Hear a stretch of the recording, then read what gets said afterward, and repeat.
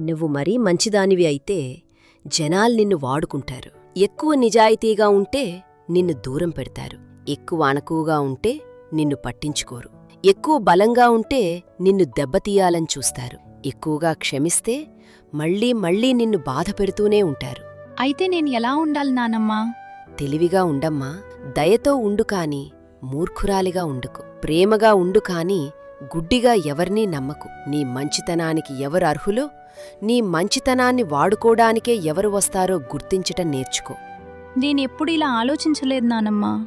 ప్రతి ఒక్కరూ రెండో అవకాశానికి అర్హులు కారమ్మా. కొంతమంది మళ్ళీ నీ జీవితంలోకి వచ్చేది నిన్ను మళ్లీ బాధ పెట్టడానికే అయ్యుండొచ్చు. నీ ఫ్యూచర్ ఎవరితో బిల్డ్ చేసుకుంటున్నావో జాగ్రత్తగా ఆలోచించు. కొంతమంది నువ్వు వాళ్లకోసం చేసే సాక్రిఫైజెస్ని ఎంజాయ్ చేస్తారు, కాని నిజంగా నీకు వాళ్ల అవసరం ఉన్నప్పుడు మాత్రం నీ పక్కన ఉండరు.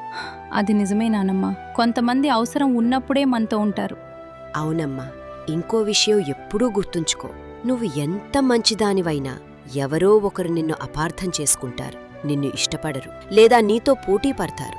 ప్రతి ఒక్కరూ నిన్ను ప్రేమించాల్సిన అవసరం లేదు. మరి నేనేం చేయాలి? నీ ప్రశాంతతను పాడు చేసుకోకు. నువ్వు కల్మషం లేకుండానే ఉండు కాని అందర్ని గుడ్డిగా నమ్మకు. నిజంగా నిన్ను ఇష్టపడేవాళ్లు ప్రేమ కోసం, రెస్పెక్ట్ కోసం, ట్రస్ట్ కోసం నిన్ను ఎప్పుడూ అడుక్కునేలా చెయ్యరు. సరే నానమ్మా, నాకర్థమైంది. మరొక విషయం, మంచి వ్యక్తిగా ఉన్నందుకు ఎప్పుడూ బాధపడకు. మంచితనం ఎప్పుడూ వృధా కాదు. ఒకరోజు నువ్వు మనస్ఫూర్తిగా చేసిన ప్రతి మంచి పనిని జీవితం ఏదో ఒక రూపంలో నీకు తిరిగి ఇస్తుంది.